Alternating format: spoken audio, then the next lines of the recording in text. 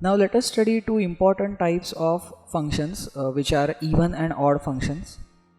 Now first is the definition of even function, that is f of x is an even function if f of minus x is equal to f of x. So it means if we replace x with minus x and if we get the value of that expression as the same as the original expression of f of x, then that function is said to be an even function.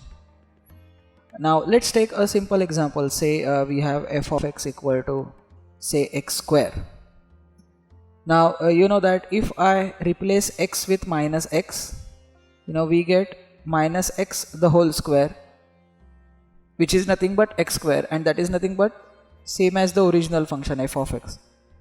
So therefore here the definition of even function is satisfied and this is an even function. If we see the graph of this particular function, we know that it's a quadratic expression. So the graph will be nothing but a parabola opening upwards as shown here, right?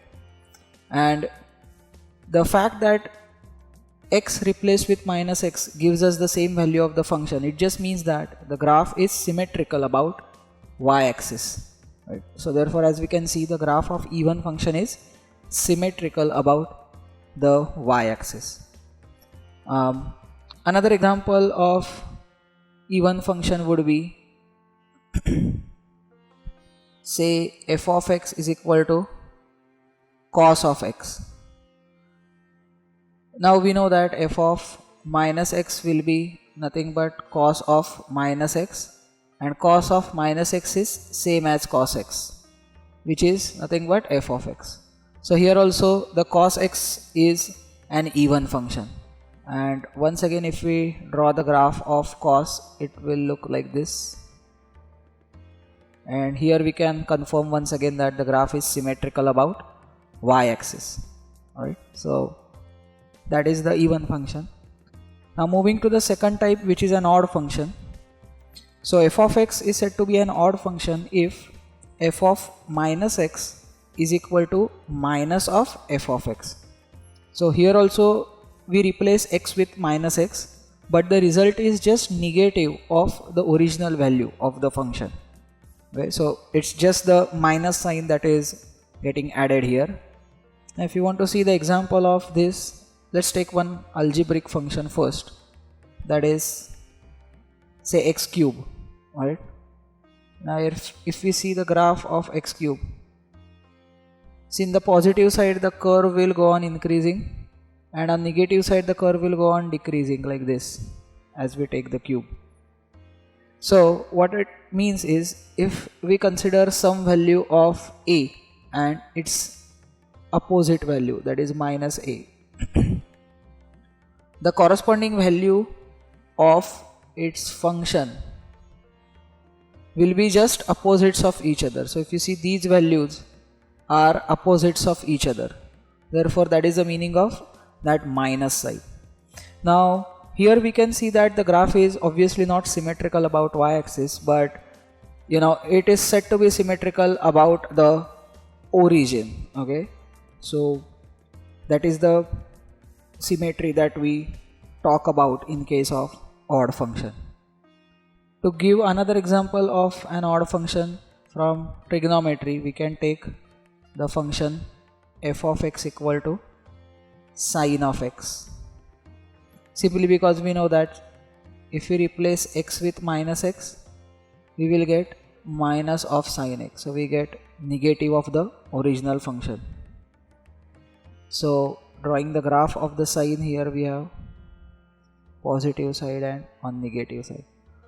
So it's like if you divide the graph into two parts, say that is right part and left part with respect to the y-axis, then what we do is, like, we take the right part, then flip it, that is we first take the mirror image of that right part in the y-axis, but later on we invert that mirror image so that we get the actual graph on the left side of the y-axis. So therefore it is once again we say that it is symmetrical about the origin, right? Now let us see some of the properties or some facts related with even and odd functions.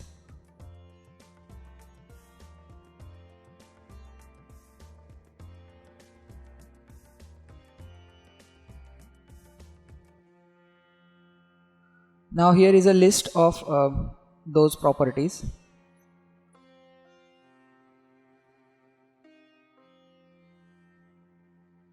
Alright, now the first is that a function may be even or odd or neither of them. So it's not mandatory that every function has to be either of even or odd category, right? It may be neither of both of the two. That is also possible. The second property is any function can be written as a sum of an even and an odd function. So now here we split the f of x in a peculiar way. That is, if you see the first part, it is f of x plus f of minus x whole upon 2, plus the second part is f of x minus f of minus x whole upon 2. Now it will be interesting to note that if we consider the numerator of the first part, that is f of x plus f of minus x, this resultant function is always an even function. Alright, so therefore that divided by 2 will also be an even function. Similarly, if we see the numerator of the second bracket, that is f of x minus f of minus x, then this resultant function will be always an odd function. So that also when divided by 2 will be an odd function. So essentially we have written the original function as the sum of one even function and one odd function.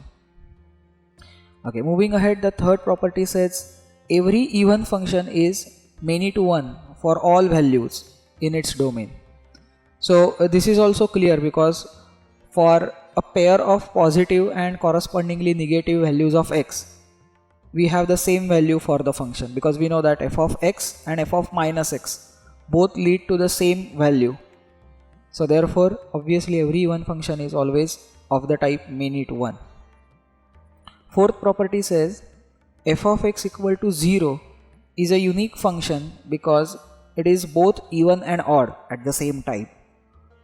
So this is also clear because if we draw the graph of this particular function, that is f of x equal to 0, which means y equal to 0, isn't it? And that means nothing but x-axis.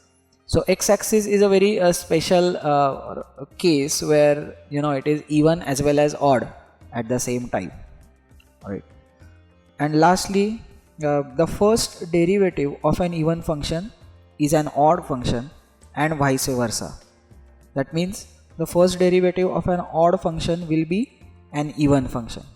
So if you are not familiar yet with the derivatives, then you will learn that in detail when you learn the chapter of derivatives. But here basically derivative just means if we are talking about the graphs of the function, so the derivative means slope of a tangent at a particular given point. Alright, so these are the important properties related with even and odd functions.